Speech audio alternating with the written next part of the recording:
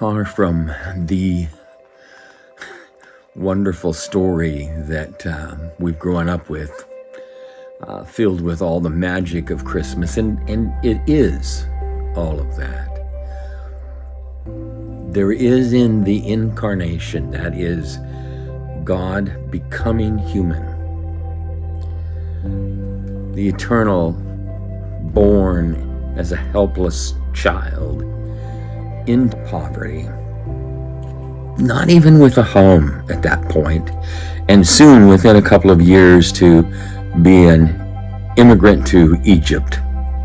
That whole story is filled with one tragedy after another, including Herod's killing of all the children up to 2 years of age in Bethlehem. So you should not be surprised that on the night of the birth of the child,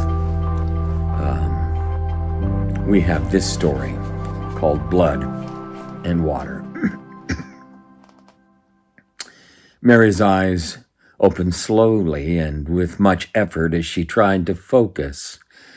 Joseph came up beside her, taking her hand. "Sleepy?"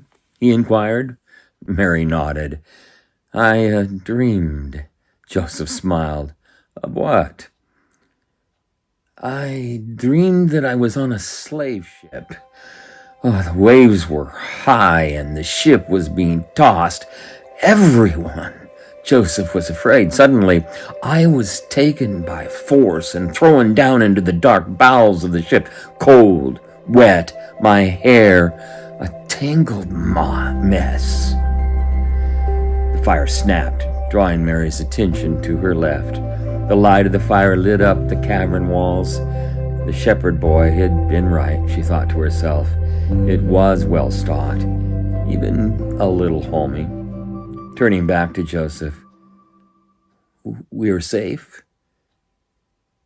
Mary heard the cry of the little baby. She looked. Joseph had him lying in a feeding trough, snug in the hay and wrapped in the swaddling clothes that she had packed.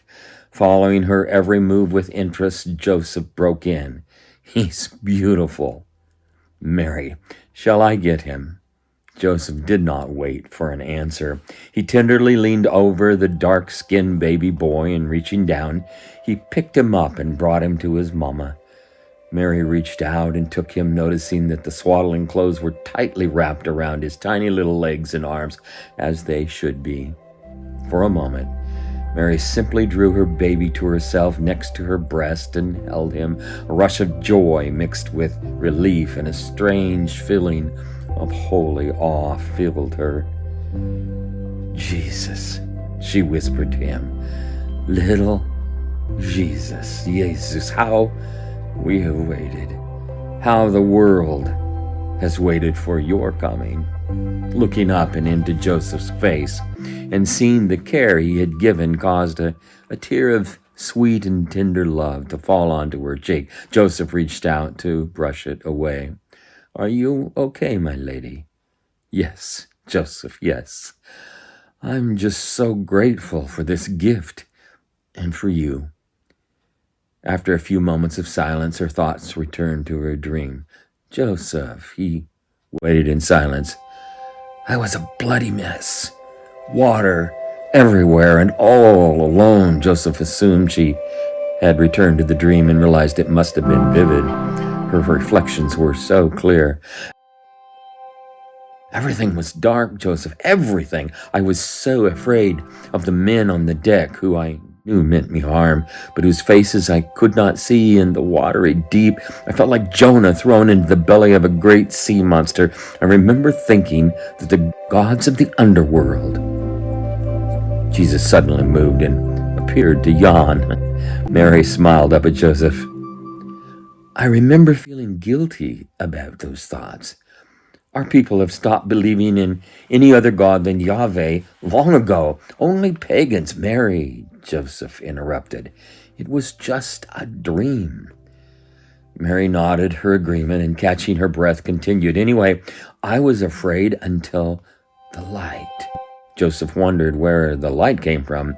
He did not have to wait long.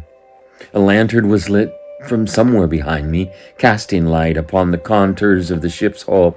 I turned toward the light, afraid of what or who might betray me.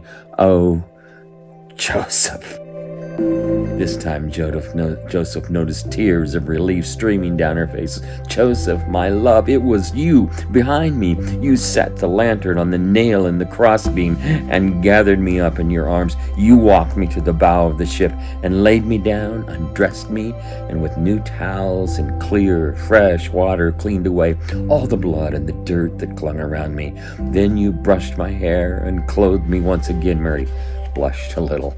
Fortunately, the darkness of the evening hid her embarrassment. I'm talking like a little girl in love with love and afraid of fear, she thought to herself. And looking down once again, Mary took in her little baby boy, cuddled, asleep in her arms and safe in the care of his papa. For the first time, she noticed that she was covered in a different gown than she'd worn all day. Then it hit her. Joseph had done all that she had dreamed of, and more. The sound of a stick breaking behind them caught Joseph's attention. He stood, moving towards his satchel and tools in case he needed to defend. Just beyond the fire's light were 4 men approaching, and 1 young boy. Blood